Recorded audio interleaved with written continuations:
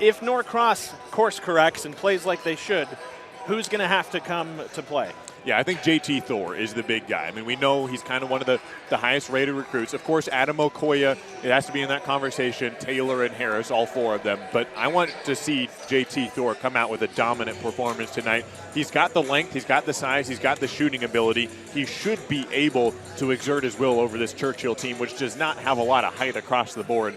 So if JT Thor doesn't get 20 to 25 points tonight, because you know he's not going to come out very much in this ball game, I'd be very surprised. They really only start 5 guys and bring in 1 player and Cook Yat off the bench.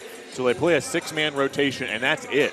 And they don't get in foul trouble. Nobody had multiple fouls yesterday. 3 personal fouls the whole ball game.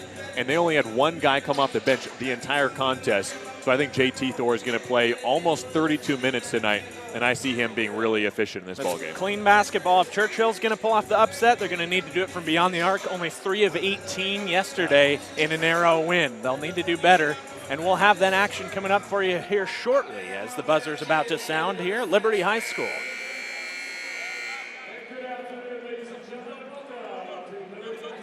Three personal fouls total for Norcross. We talk about how impressive that stat is in a close game. Now, when you're outmatching a team and you're winning, you're blowing them out, sure, you're not going to have a lot of fouls, but we're talking about a 4-point game. Yeah, I mean, that's absurd. It takes a lot of discipline, for one. Takes a little help from the referees to not be too ticky-tack. And this Norcross team is aggressive out top. I mean, they're getting a lot of steals. They're in the passing lanes. They are not just conservative, staying, in a zone defense, not doing anything defensively. So it's really surprising that they only had 3 personal fouls the entire game as JT Thor is introduced. That's the guy we're talking about. That is crazy. Takes a lot of discipline and a good coach in Jesse McMillan. Jesse McMillan in his 12th year at Norcross in Atlanta, Georgia. One of the best teams in the state of Georgia and just outside the top 50 nationwide. So certainly a dark horse possibility to win this Les Schwab Invitational here. I think that's what you would say about Norcross. They're a dark horse, and that's why they came here, because of the 4 national teams, you've got the 2 teams everyone knows about. You can ask anybody, and they probably at least heard of modern-day Bishop Gorman. But a lot of people hear Norcross and say, where is that? I don't know where they're from. And that's why Norcross came out here. They wanted to play amongst an area where people would learn about them for the first time, get some national recognition, play some really good teams.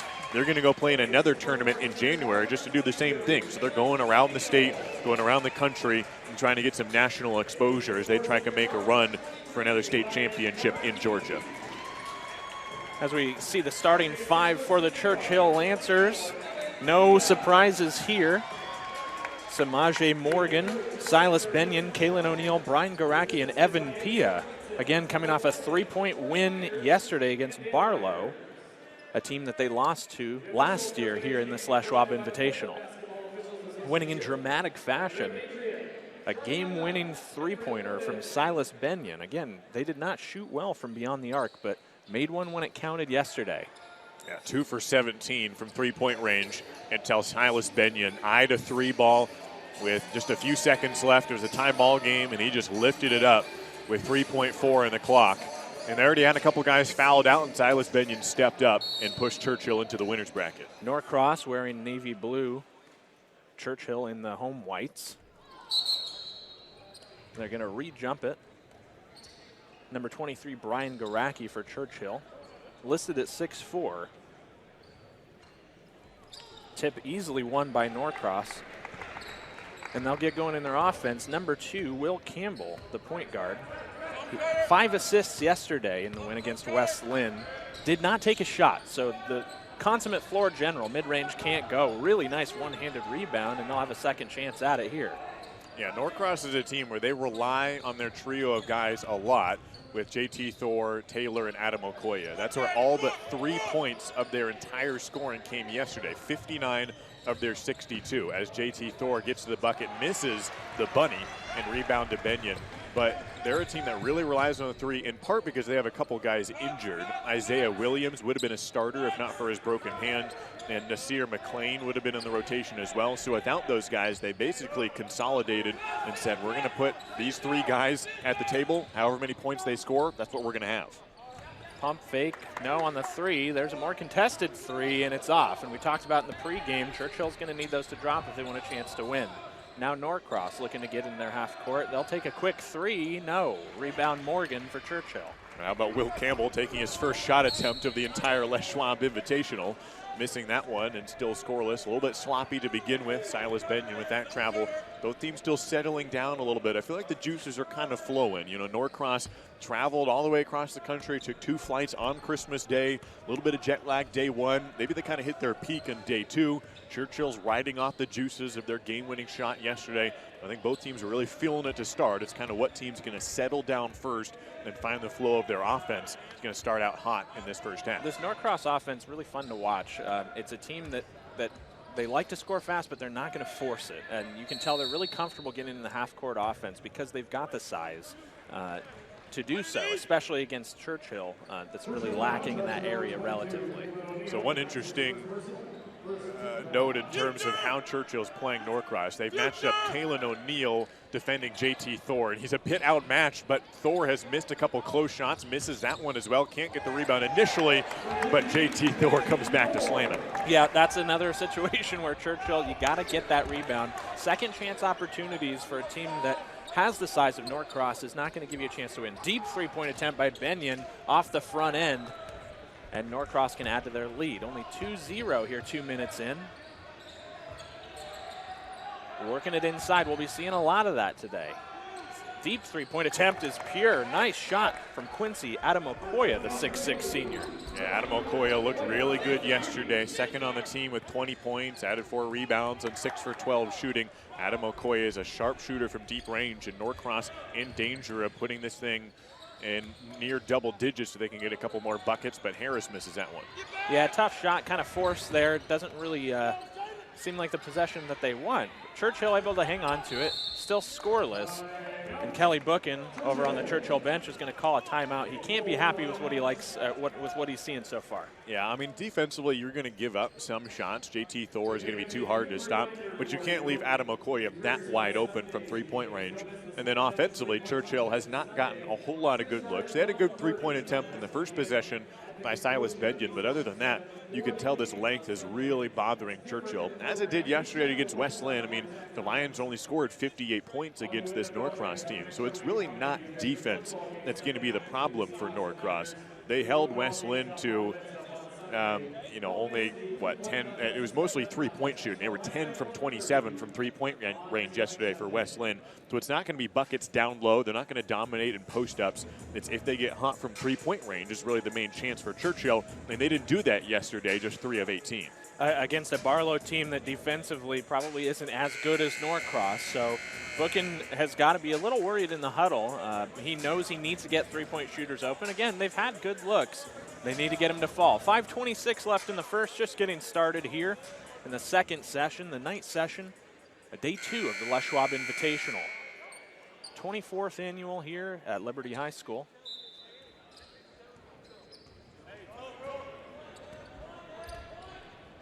Churchill looking to get on the board here. It'll be Garacki. Spins around, has it poked out, able to hang on to it though as they double Garacki, and you're going to see that a lot. Tough shot is blocked. Churchill able to hang on to it, and they're fortunate to get 2 points on that possession as Evan Pia is the fortunate benefactor of that one. Yeah, broken play. Churchill really not getting a good look in the half-court offense, and they're going to need to get buckets in those sort of transition-type moments, get steals like they just did with Evan Pia. And there's a wide-open three for Benyon. Not going to go, but you got to like what you see there on the defensive effort. Now Norcross, other end, nice pass. Great ball movement with a finish on the other end. Yeah, second dunk again by JT Thor. That's a good shot by Silas Benyon. If you get an open three, you got to take that. That's the right choice, but they didn't get back on defense, and JT Thor is going to yak it on you if he gets 1 inch of space near the rim, and you can't let him get any room around the cup. Long three, long miss leads to a nice bucket in transition for Norcross. And you like the passing from the big men for Norcross too. I mean, those are crisp passes. You can tell that these guys are used to playing with each other. Yeah. They're not hogging the ball. They waited for the open shot, and it was a nice one. Right. I think they know where their teammates want the ball. I mean, they know their skill sets. They know where each guy's going to get his shots within the offense. It was a little bit slow start for Norcross, but 7 quick ones for them. Then Churchill's had to call timeout a couple times in order to really think things over and say, look, we can't get this thing out of hand. Number 22 with the ball for Churchill, Jacob Foster, getting his first action of the game. Great ball movement from Churchill. Finds Garacki for an open three. Can't get it to fall. Tipped, and they'll get a second chance. Drive inside, race against the backboard. Nice block. Out of bounds to Norcross.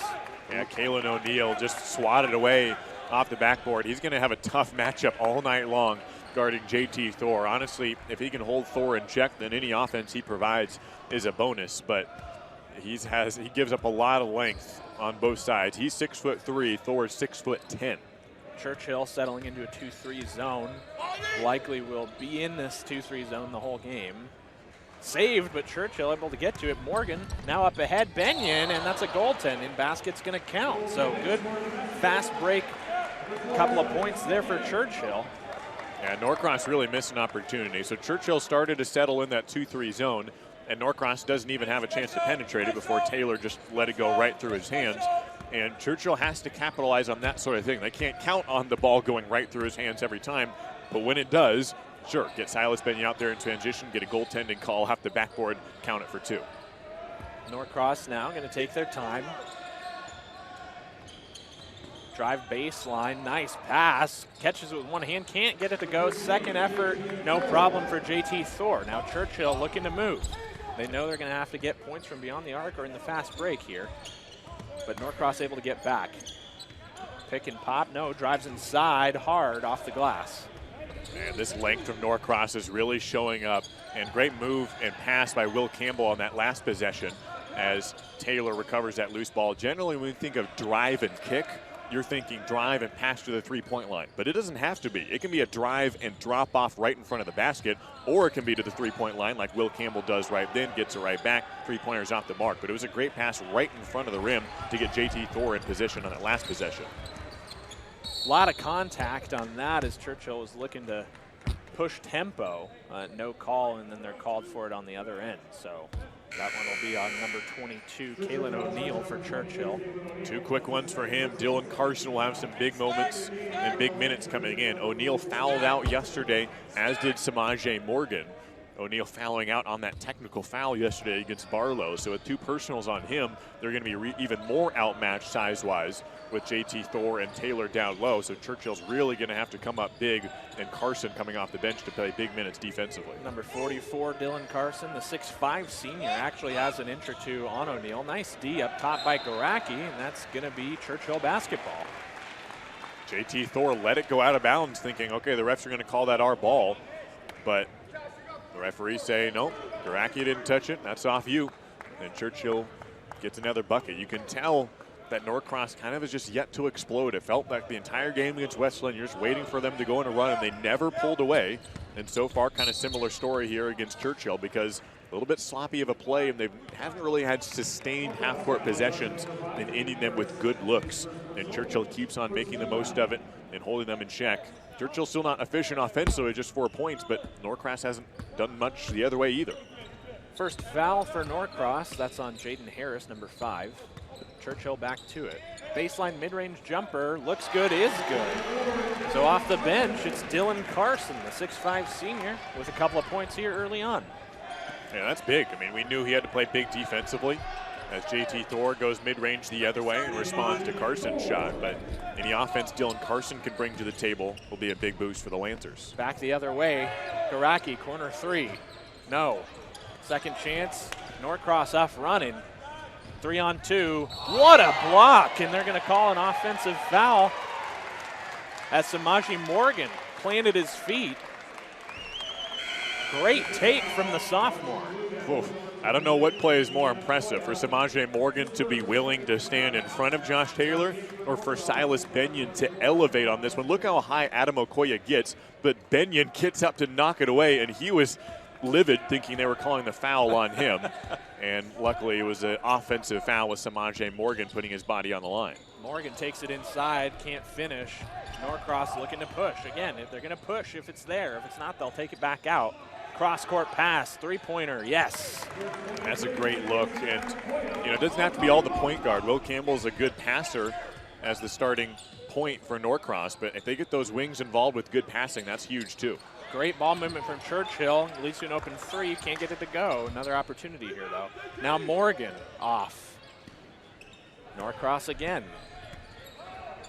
Already leading by 8 with just over a minute left. Nice pass inside, and what a finish. Using his body to guard the ball. Josh Taylor with a fantastic finish. Yeah, that's why he's a 4-star recruit. Signed with Georgia already, did Taylor. Morgan going the other way and getting the bucket. But that was a great contest by Brian Garacki on that last play. Taylor can make plays like that and uses his full length at 6'8". Under a minute left here. First quarter action of the Les Schwab Invitational, day 2. Norcross can make it a double-digit lead. Deep three-pointer, yes, what a shot. No hesitation from Kevon Eskridge off the bench. Yeah, didn't play at all yesterday. Eskridge comes in, a senior guard. He can light it up from outside and gets his first points on his first field goal attempt of the Les Schwab Invitational. Churchill needs an answer. Nice pass, good hesitation, puts it up and in. Really nice patience from Pia. Savvy move from Evan Pia to know that a guy's going to come flying in, just show the pump fake, wait for a moment. 5 seconds, there's going to be a foul on, looks like on Garacki, silly foul. And Norcross will have another chance to end the quarter here. Critical last part of the first quarter. Churchill already wants to keep it close and wouldn't feel good about a 9-point deficit. And it would only be even worse if he gets to double digits here. So a critical stop that Churchill's trying to get on this last possession. 4.5. Wide open lane, takes it inside one-handed, can't get it to drop, and that'll be the end of the first quarter. Norcross with 19, Churchill 10. So 9-point game, kind of about what we expected coming in. You see flashes of what makes Norcross great.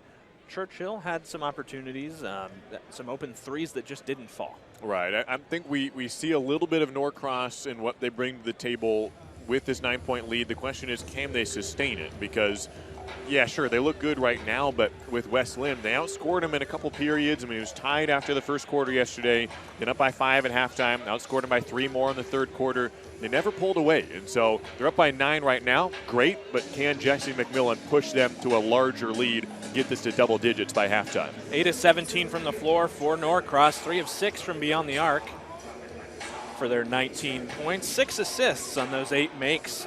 Again, this is a team that really likes to pass. Yeah, they got out-assisted yesterday by West Lim, so to see them easily have more assists than Churchill through the first quarter is a lot different than what we saw. 6 assists for Norcross, just 2 for Churchill, as Churchill, again, the three-point shooting's the big thing. They're 0 for 7 right now. So with the length of Norcross, the easy out is to just say, we're going to jack up a bunch of three-pointers, and if they fall, they fall. That's one way to play a team like this. They haven't completely gone that direction, but they've taken 7 three-pointers. That's a lot for 1 quarter of play. For none of them to go in is a problem, but to still be in a single-digit ball game, if they make 3 or 4 of them here in the second quarter, then we could be talking about an even closer game than a 9-point margin at the half. Benyon up top made the game-winning 3 yesterday. They're going to need some threes to get back in this one. 19-10. Garacki almost loses it. Gets his dribble back. Now off to Morgan, the sophomore. He's in trouble. Tough pass stolen. Yeah, it was the right idea. I mean, I think against any other team, that pass is going to find Dylan Carson. He's going to make a layup. But because Norcross is going 6'8", 6'9", 6'7" in that front court, then there's too much length and too many limbs up there in the trees to at least one guy get a finger on it. So it's the right idea, just maybe not the time and place for Samaje Morgan, but they get the ball right back after a turnover. Josh Taylor traveling on the other end. Churchill back at it.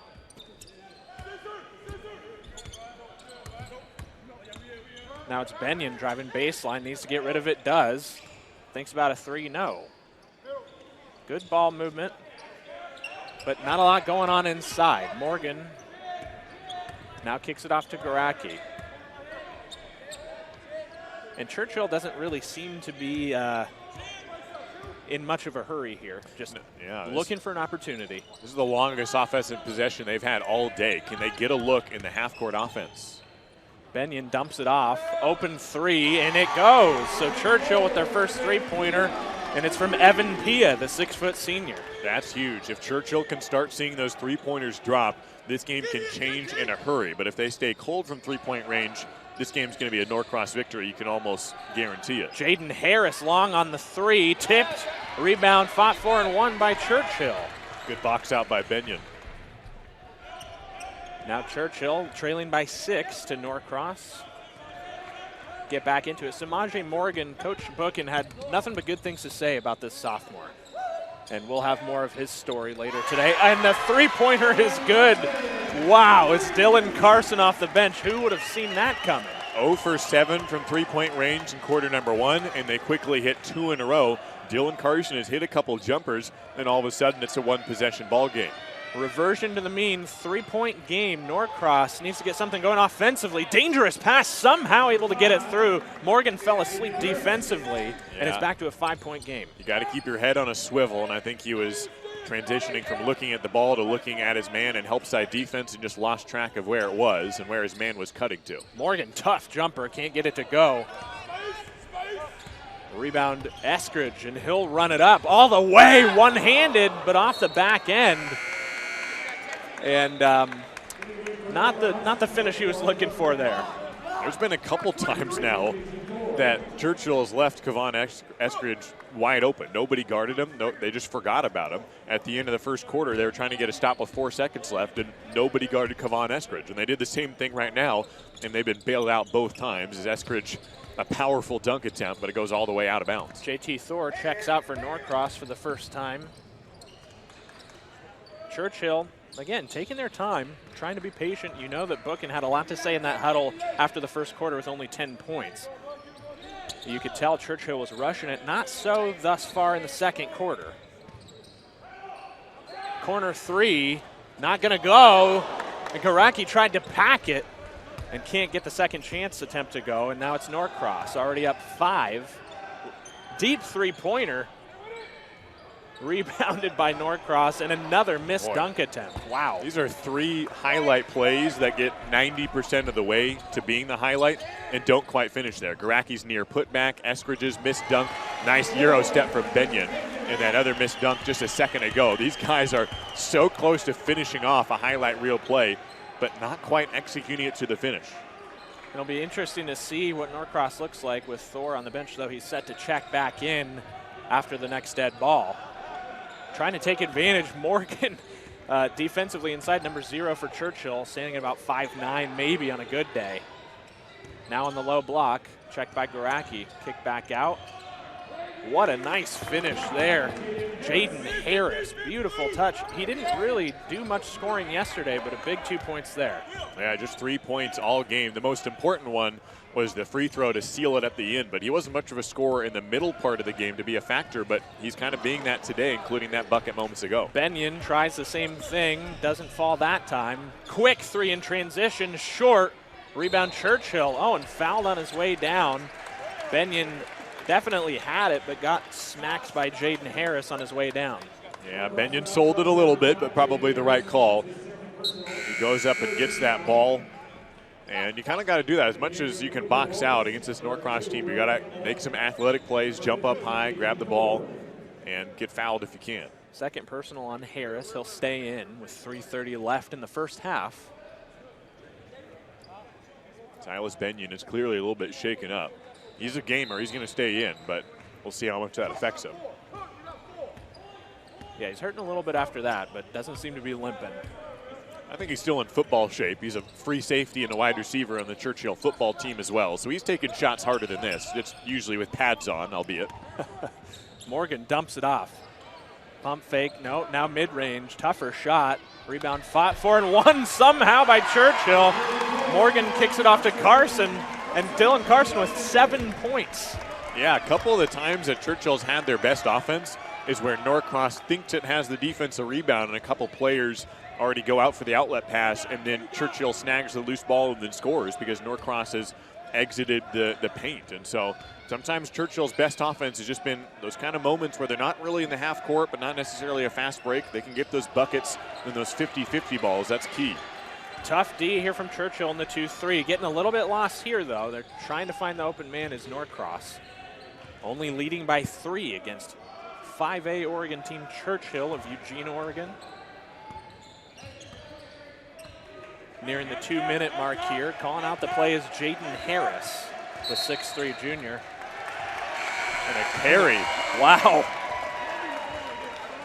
Had his hand under the ball, even though nobody was near him, but still called a carry out by half court. And immediately the official that called it came over to the Norcross bench to have a chat with Coach McMillan. You know that the official has made a controversial call when he says, I'm just going to cut to the chase. I know the coach is going to yell me over and want to talk to me about it, so I'm going to make the call, then walk over to him and just get it over with and say, okay, here's why I made the call, and then keep on moving on with my day. That's one you don't see very much. But as it is, Churchill basketball trailing by 3.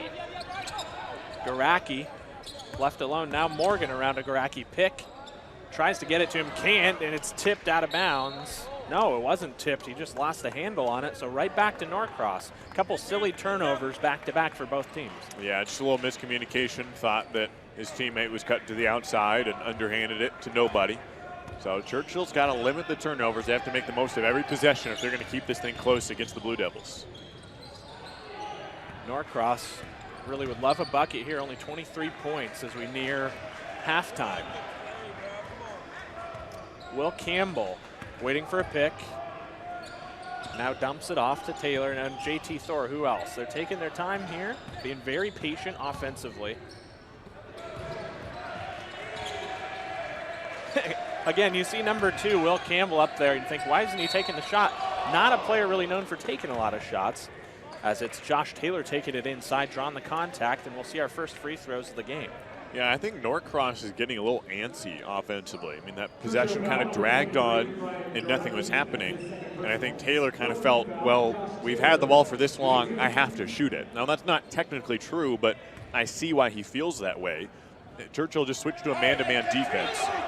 And I kind of feel like Norcross just hasn't really been able to figure it out. They did a good job at times yesterday finding the middle of the zone when they were facing West Linn, but against this man-to-man, they haven't really been able to exploit the mismatches, even though they have them out there, but they have not had the flow, the ball movement to get good looks, although Taylor did get fouled and gets 1 free throw. 1 and 2 from the line, lead up to 4 for Norcross. That was the second foul on Brian Garacki for Churchill. That could be big. Benyon, deep three-pointer, yes! Silas Benyon is a sharp shooter, and he's keeping Norcross at bay, a 1-point game. Nearing the 1-minute mark here in a game that is much closer than advertised. Feels very similar to the 4-point win that Norcross had against West Linn yesterday. Inside 1 minute, Norcross, again, Josh, you mentioned last possession, feels a little antsy, not able to break this 2-3 zone. Wide open three-pointer though, great ball movement, and right back, Will Campbell gets those 3 points that Benyon had on the other end.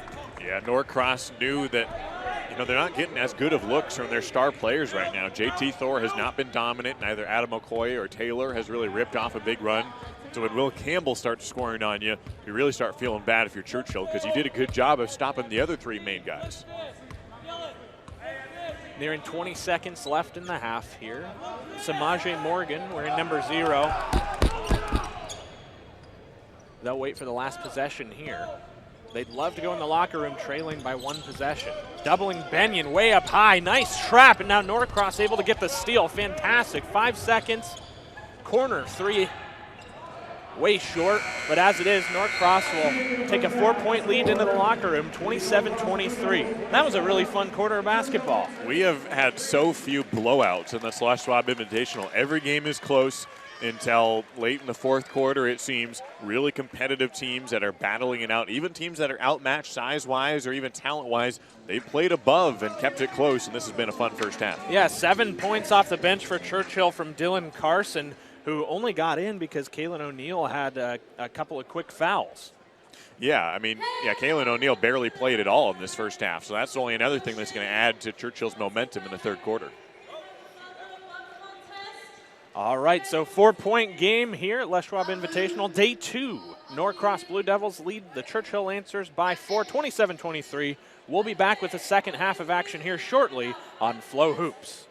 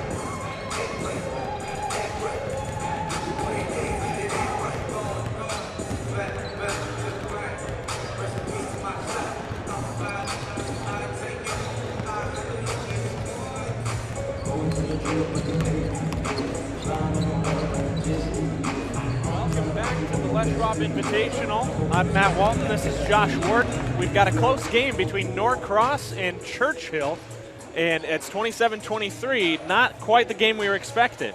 No, I don't think so. I mean, Norcross has yet to really take advantage of their mismatches, size-wise, talent-wise, shooting-wise.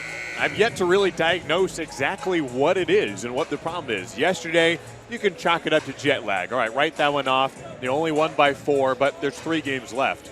But they still haven't hit the rhythm yet. And so you can't really just chalk it up to fatigue, because at some point they've got to hit their rhythm. They played well in the first quarter. They were up by 9 at the end of the first quarter, and you thought, all right, at that rate, they could win it by 30 or something like that.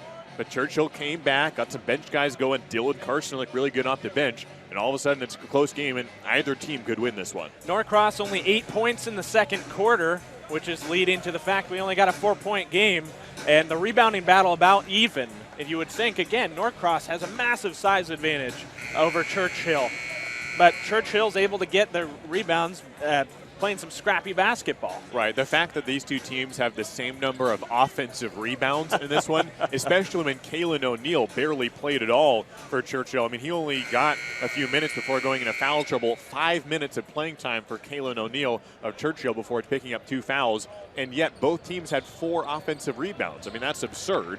And so Norcross really has to take advantage of that in the third quarter. They should be fine as long as they play their brand of basketball, but it's only a 4-point game at the moment. Norcross will start with the ball, wearing the navy blue, Churchill in the white.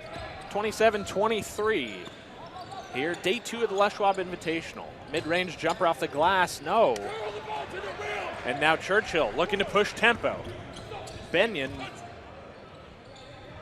tough D from Norcross as they double there. Tries to dump it off inside, can't. And pretty rough turnover there from Kalen O'Neill. I think Jesse McMillan, head coach for Norcross, wants this team to get the ball closer to the rim.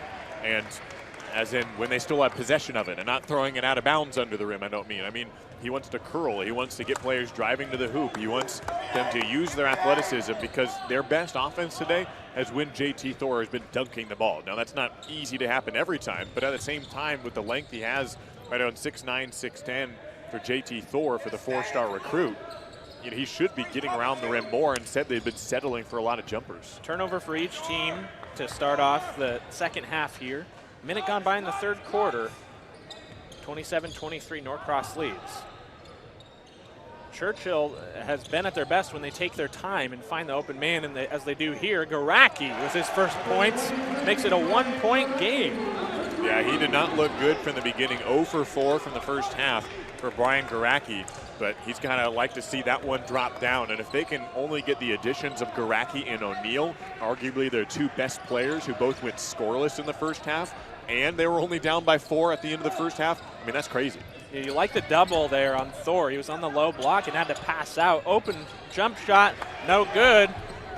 Nice box out attempt. It's tipped out of bounds, and it's going to be Churchill ball as 3 Lancers converged to box out on that one. Nobody went for the ball as it went out of bounds, and it worked out for him. Yeah, 2 things you got to have for a rebound. A box out, go get the basketball. Garacki didn't go for it. I'm not sure if he was being hooked by Taylor, and that's why he didn't go and grab the basketball, but they don't get punished for it, and Churchill gets back the ball, a chance to take the lead, and Brian Garacki delivers just that. Garacki, back-to-back 3-pointers to start the second half, and Churchill leads for the first time today. 29-27, Norcross needs to answer. This is a big stretch for Norcross, because if we're going to see an upset of an out-of-state team losing to one of these Oregon squads, we didn't think it would be the 5A school of Churchill necessarily, but they're in control. They've got the momentum, and they're the team coming out hot in the third quarter. They're clogging the lanes with this 2-3 zone. You see it 1,000 times across America. Yeah. But Norcross not able to get a lot of space so far. I mean, they just converge on whoever gets the ball, as we saw just then. And now Churchill can make it a 2-possession game.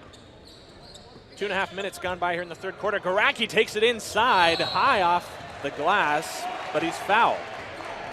That was a good move by Garacki. Probably should have taken one more dribble to get to the rim, but you knew he could tell that Taylor was right on his hip trying to block that ball away. And so he kind of tried to keep Taylor behind him as he was trying to make the block. And really the foul wasn't up top initially. It was as they were going to the floor. That's why the whistle was a little bit late. Nifty move from Brian Garacki. He's a smart player. That's the type of play where coaches say, oh, he's a high IQ player. That sounds kind of vague. Well, it's plays like that is what they're talking about.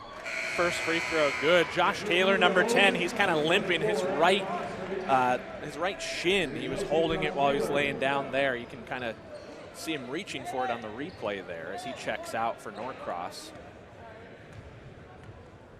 And yeah, it was interesting contact. I mean, it didn't look like a hard foul, but a lot after the fact as Garacki drains a couple. He's got 8 points already in the second half. Yeah, no points in the first half, 8 in the second. You know somebody's going to have to come alive for Churchill to win this game. They've kept it close and taken a lead. Air ball on the 3-point attempt. Thor wanted a foul. He didn't get the call. Yeah, JT Thor complaining that he should have got fouled, but Jesse McMillan, their head coach, saying, I don't care if you got fouled. That's not the shot I want you to be taking in the first place. Get the ball to the rack. JT Thor can shoot. He was 3 of 4 from beyond the arc yesterday, but didn't get that one to fall. Baseline attempt to Garacki, blocked. Second chance of opportunity, and they're going to call it jump ball. Yeah, it's the right call. Evan Kia went up with it. He never lost possession. It was still in his hands. Unless maybe there's a bobble there, but my first look, I thought he still had it in his hands, and that, by rule, that's a jump ball if it was touched by a Norcross player. As it stands, Churchill maintains possession. Pia on the baseline finds Morgan, and now he'll set up the offense. You're going to see a lot of movement above the 3-point line as they look to find somebody open. Being very patient offensively. In the first quarter, they were out of sorts, only scored 10 points, but looking really good now is Churchill.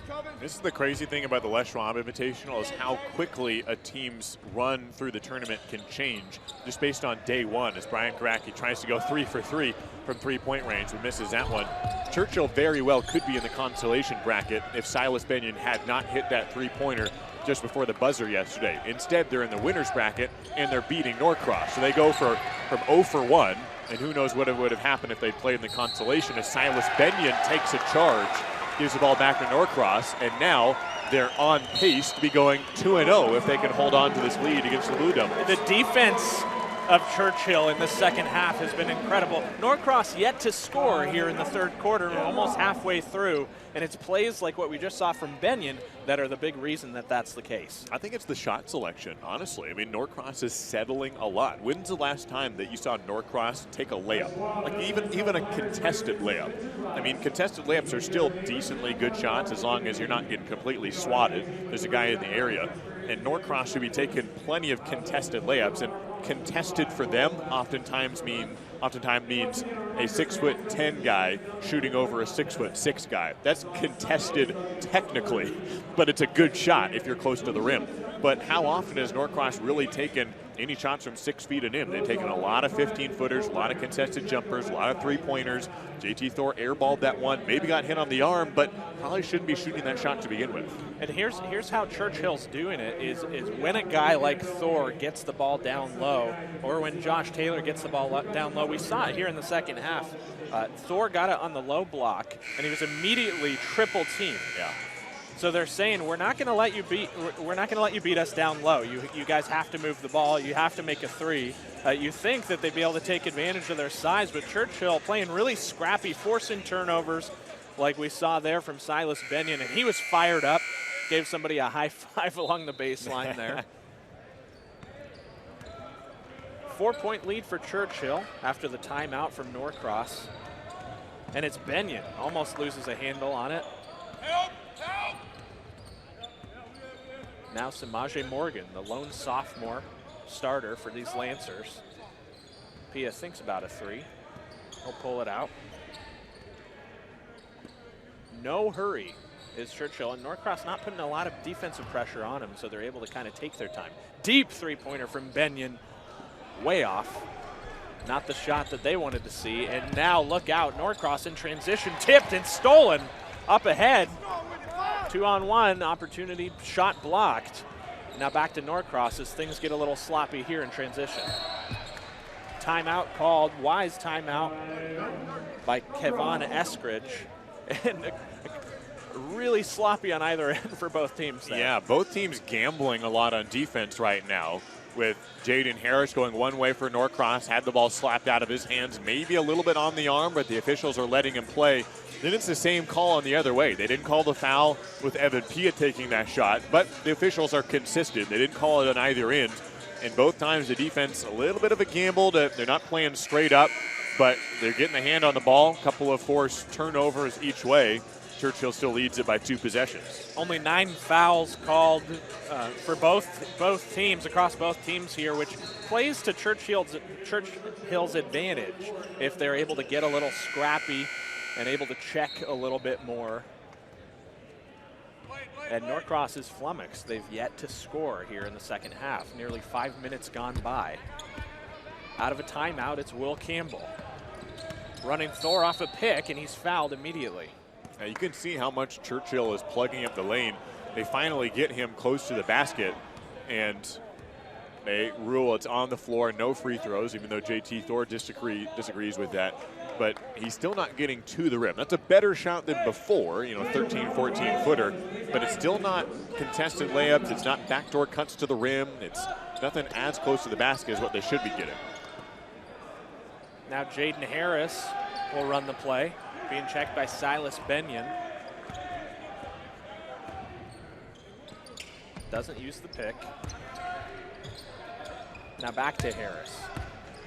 Churchill doing a good job of contesting the pass lanes. Now it's Thor inside, and that's what they really wanted to do all day. They need to put that film on replay and say, do this as often as we can. Sure, maybe Churchill game plans for that and says, okay, we're going to send 3 guys in the paint on the next possession on that similar situation. Nice block by Thor. This is more of what Norcross needs to do. Look out below. What a finish from Kevon Eskridge, the 6'3 senior, getting some good play time today. And we got a tie game. Churchill on the other end, Garaki's been forcing up a lot. He had 8 points and then decided, well, I'm going to shoot everything. Nice move, can't get it to drop.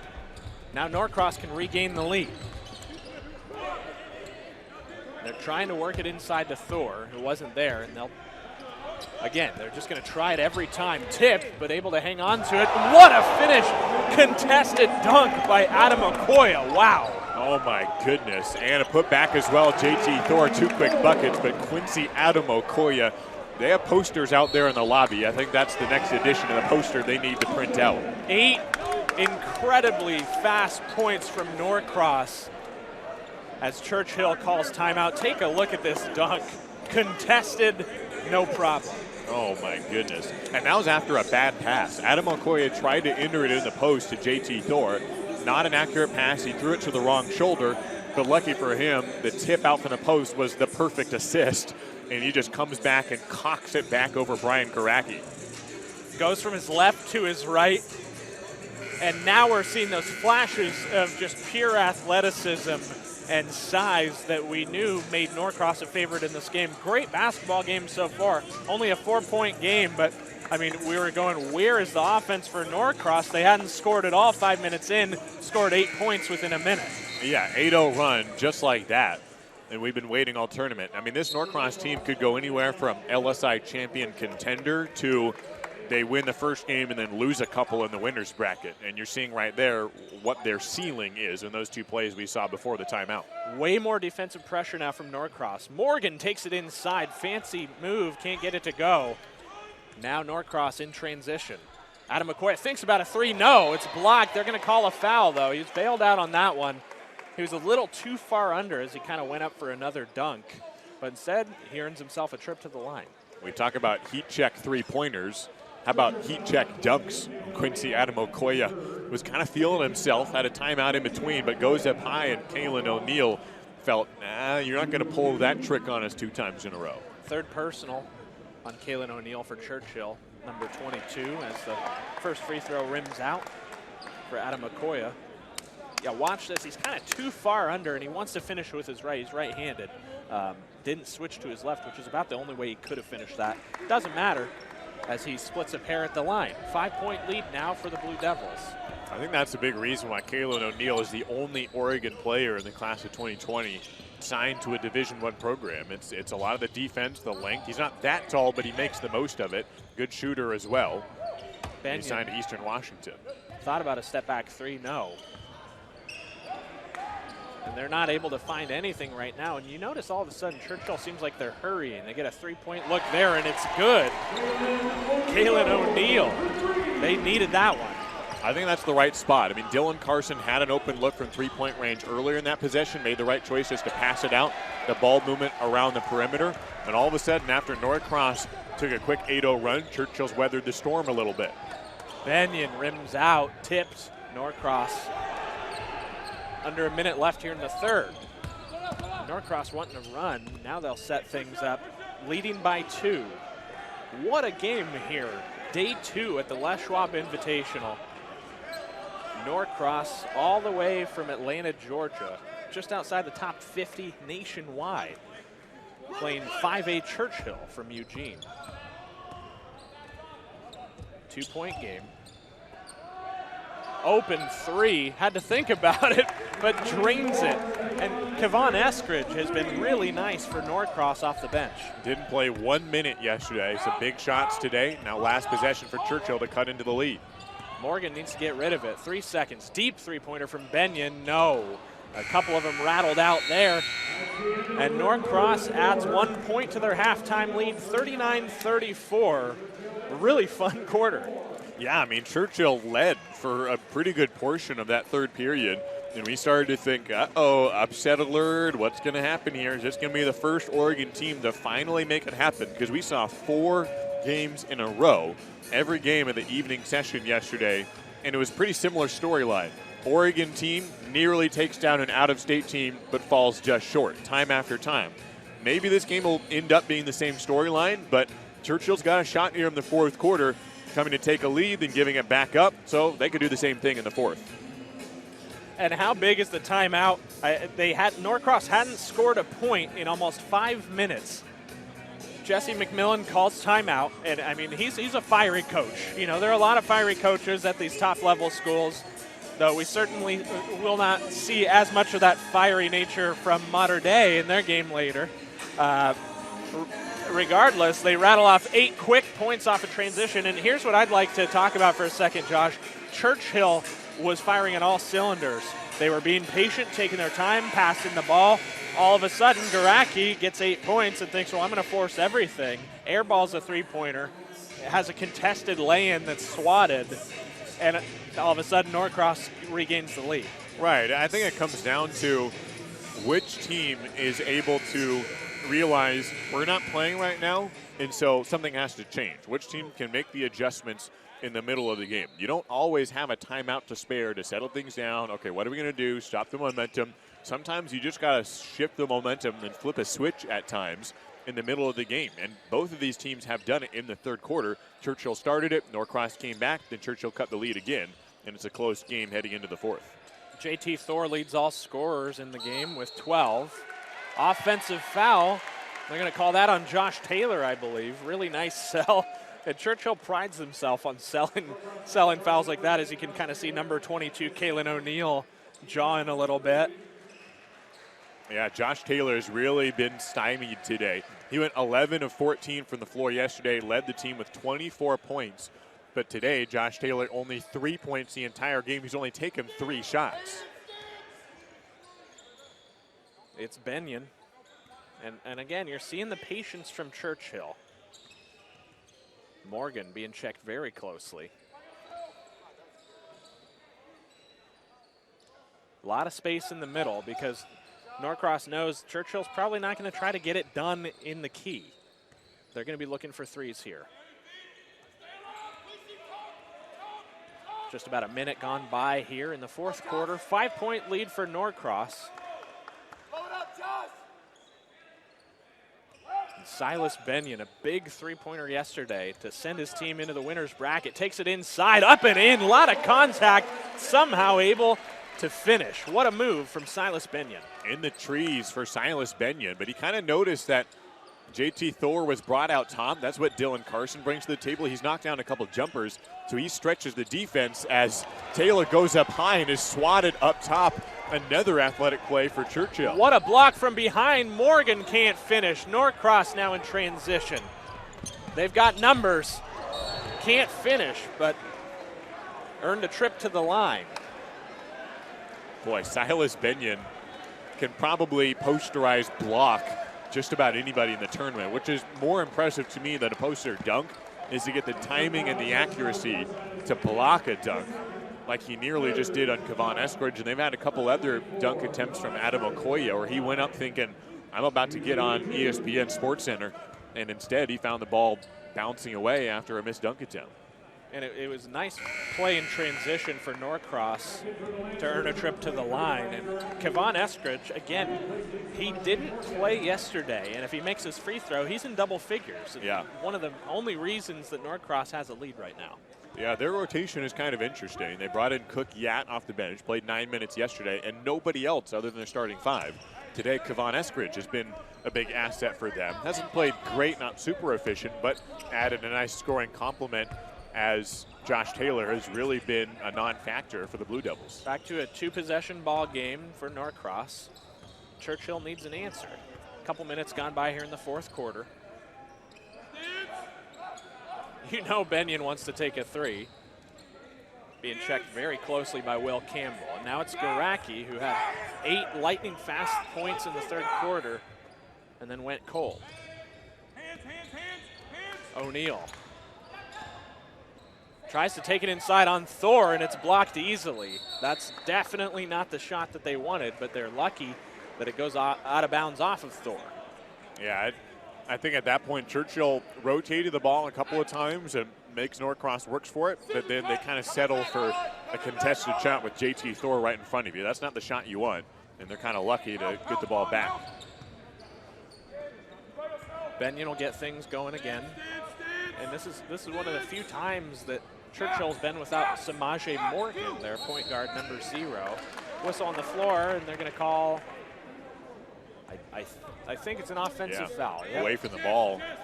Yeah, a silly foul on Garacki, his third. So a tough turnover, an empty possession there for Churchill. In danger of letting this one get away from them. We know how fast Norcross can score.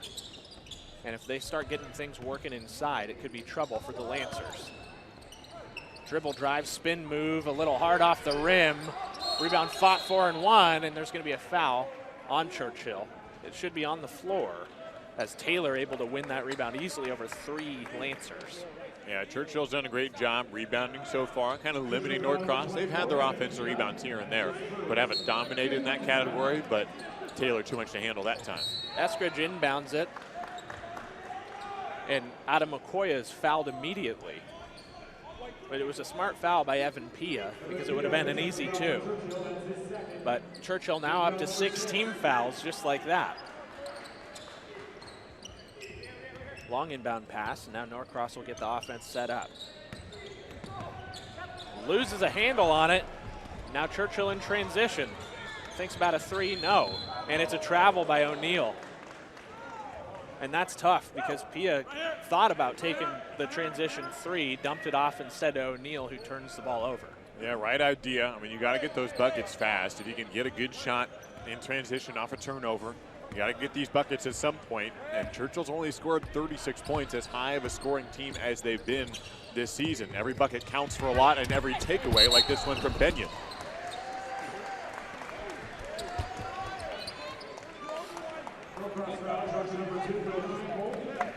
Good effort from Silas Benyon. He goes crashing into the table, and that is an all-out effort for him and earns the possession after the foul. Right into us here under the Chick-fil-A runner. So 5-point game here, 41-36 Norcross. O'Neal takes it inside. Another contested mid-range shot that is easily blocked by Thor. 3-point effort short. Third chance for Churchill here. O'Neal's been forcing some shots here. We saw it with Garacki in the 3rd, now O'Neal in the 4th. Not the looks that Coach Bookin wants from the Lancers. Yeah, why shoot it when JT Thor is right in front of you? Any other player, maybe, but 6'10" with a wingspan that looks 7'10". I mean, why shoot it when he's right in front of you? That time, Kalen O'Neal, good job to not shoot it with Thor right in his face. Churchill, not sure who they want to take the shot here at this point.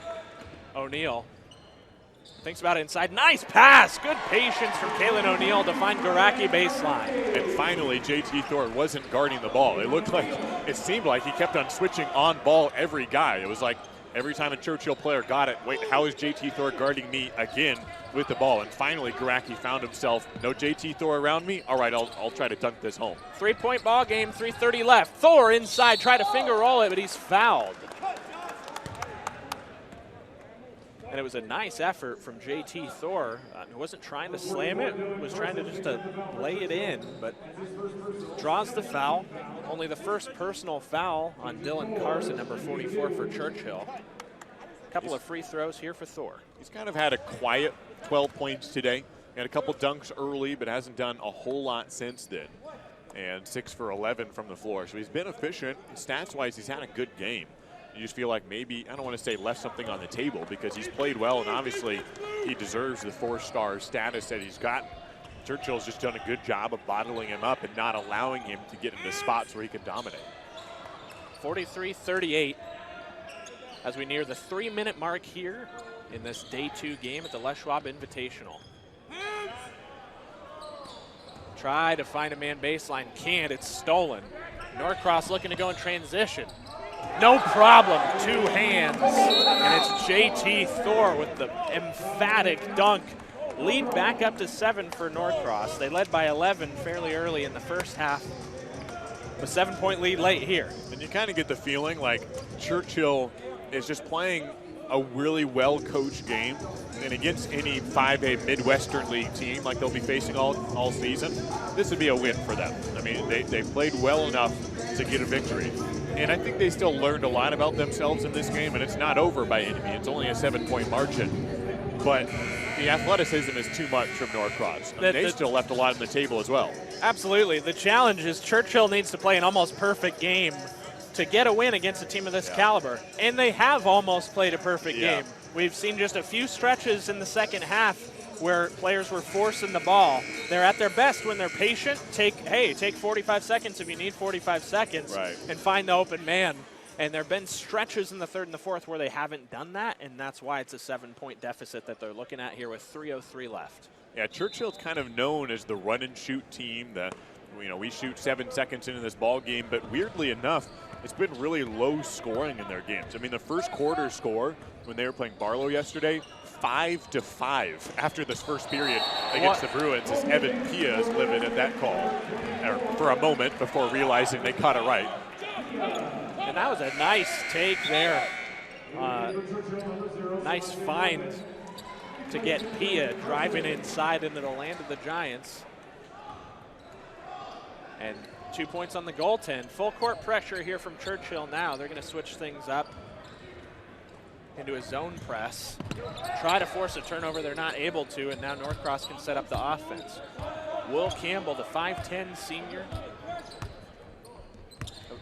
Definite floor general here. He knows where this team likes to score. A nice finish from JT Thor. Yeah, he is really talented, can score from any level, and we've been talking about him trying to get to the rim more, but he's a good shooter, mid-range and runners. Garacki long on the 3. Rebound Churchill. Corner 3. Gets it to go. And it's Evan Pia with a really timely 3-pointer. He didn't make one yesterday, but it's a 4-point game here. Yeah, keeping it close. They need pretty much every shot like that to drop. And they need misses like that from JT Thor. Alley-oop attempt a little too long. Now Churchill with a chance to make it a 1-possession game. 3-pointer up, no. Rebound tipped, and that's going to be out of bounds. No, it stays in. Norcross able to save it. What a fancy attempt there from Campbell, but he's not able to save it either. And wow, Garacki packs it down. He's got to be careful or he might get called for a technical as he had something to say. What an emphatic finish over Josh Taylor. And he had some words for Josh Taylor, and the officials was that close to calling a technical foul on him. But oh my goodness, what a dunk for Brian Garacki to elevate. No hesitation. I'm really surprised he didn't get called for technical there. I think it's the right call. I mean, he didn't curse at him. He didn't come up and bump him in the chest. He stared him down. I think the referee did the right thing to talk to him and say, don't do that, but I'm not going to call you for your tee. That's the right call. He converts on the 3-point play. We got a 1-point game. And I'm glad he didn't call it, Josh. Yeah, I'm not saying I would. I think he should have. I'm surprised he didn't. Sure, I feel you on that one. Hey, 1-point game. Big possession for Norcross. You wonder if they're a little bit tense, a little bit tight. It hasn't been close like this in a lot of their games. They only played one close game before the LSI in a victory over Tucker as they came into this game 13-0 on the season against Churchill. What a finish here. Under 90 seconds left. JT Thor, floater off the glass. What a finish. And it's a quiet finish, but it's 2 points nonetheless. 3-point game here. Churchill needs an answer. Garacki thinks about a 3. Drives inside, and he's fouled. Good move, Churchill trying to score with the clock stop. But yeah, that's no Brian Garacki dunk on the other end for JT Thor.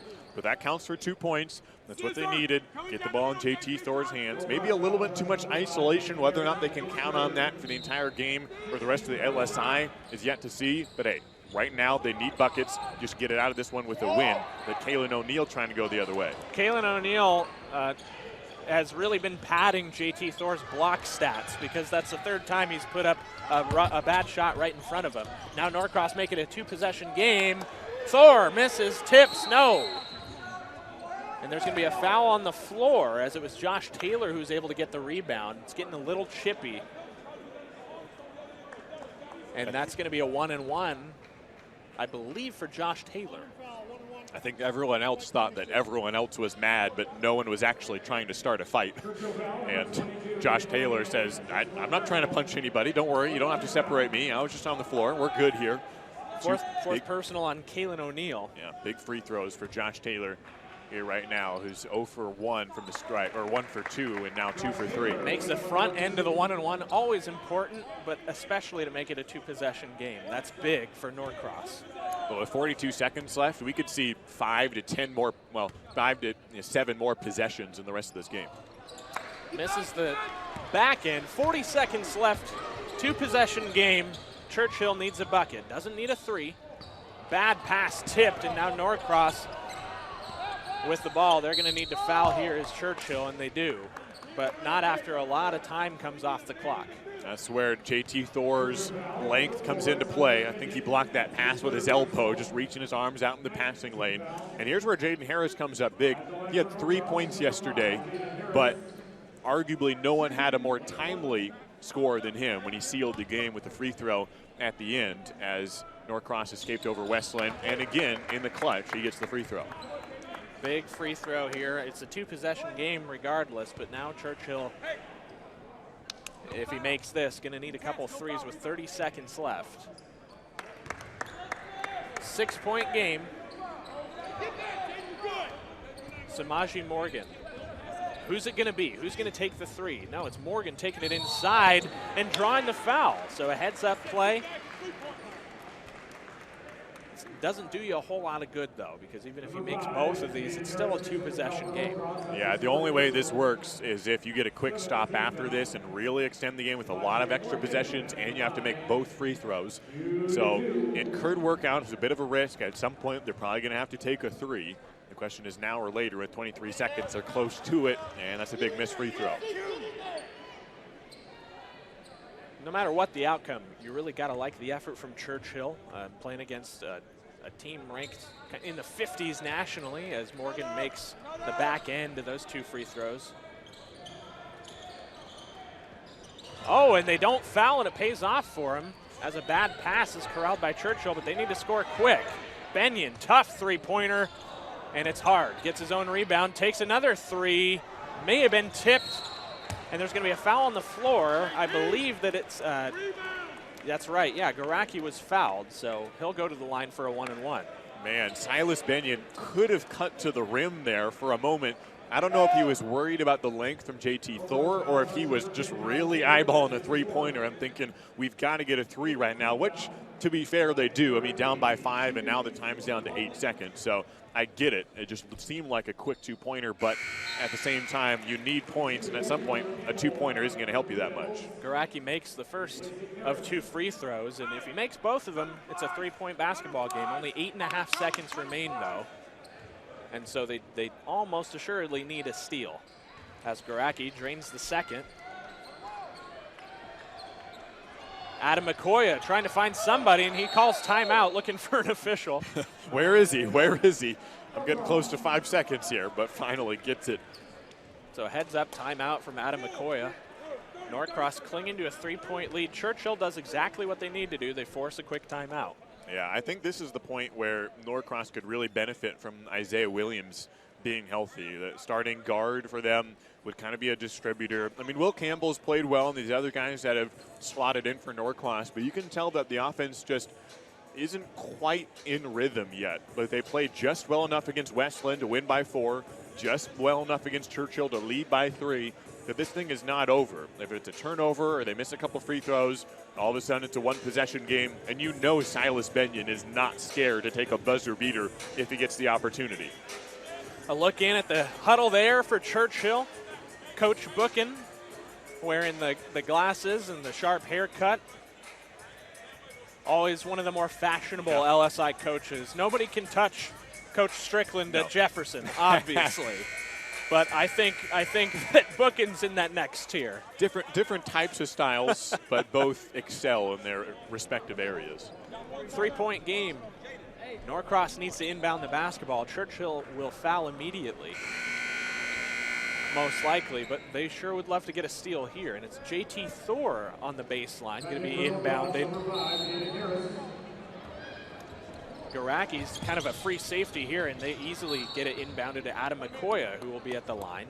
Yeah, too easy. Evan Pio was guarding Adam Okoye, and he thought he'd have a guy up in front of him to seal off that shorter pass. So he allowed Adam Okoye to kind of funnel up towards the baseline, thinking I've got help to the middle, but no one was there for him. And so Adam Okoye, too easy to come back to the ball. And Quincy, who's played well today, with 9 points, and he's 1 of 2 from the stripe, with only needing to make 1 critical free throw, and this game will be pretty much put to rest. Churchill calling timeout here, trying to get things set up for what they hope will be a rebound and a chance to tie it, but 2 free throws here for Adam McCoya.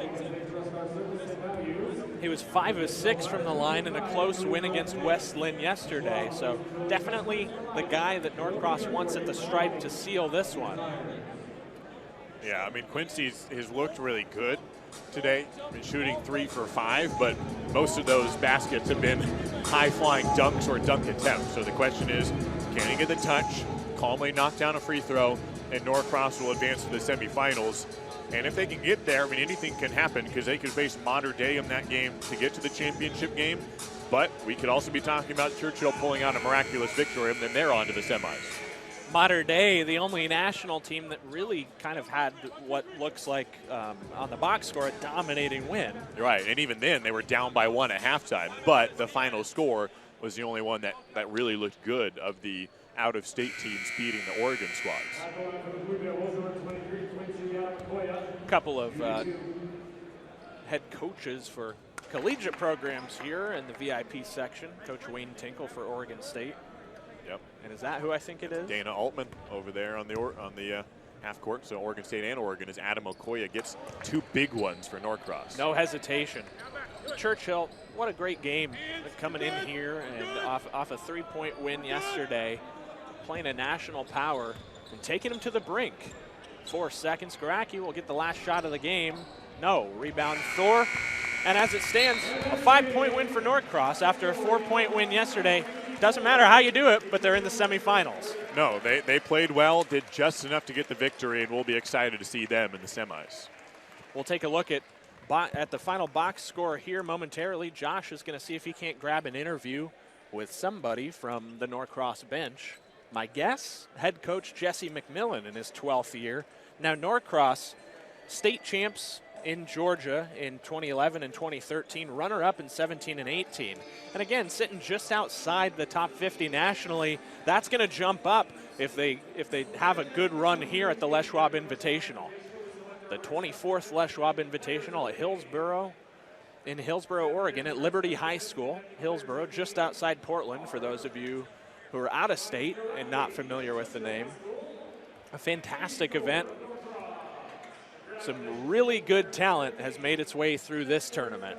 And Josh is standing by with head coach McMillan. He'll ask him about this. We'll go to him here right now.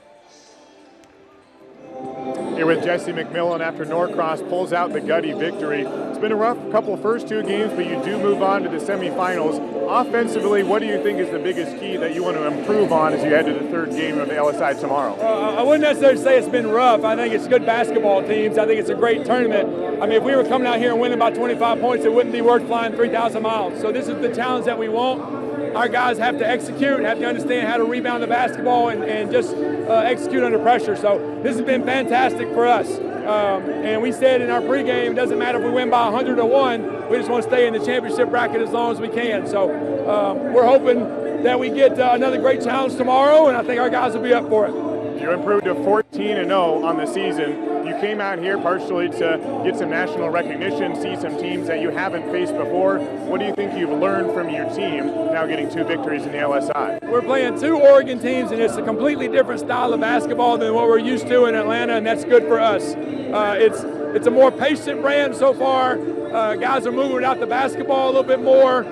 They're playing tough physical defense. It's great for us. It's great for us, and it's something that we don't necessarily see in Atlanta a lot. Thanks for your time, Coach, and good luck tomorrow. Coach Jesse McMillan in his 12th year there at Norcross in Atlanta, Georgia, traveling 3,000 miles to play some good basketball, and they are 2-0 here in the Les Schwab Invitational.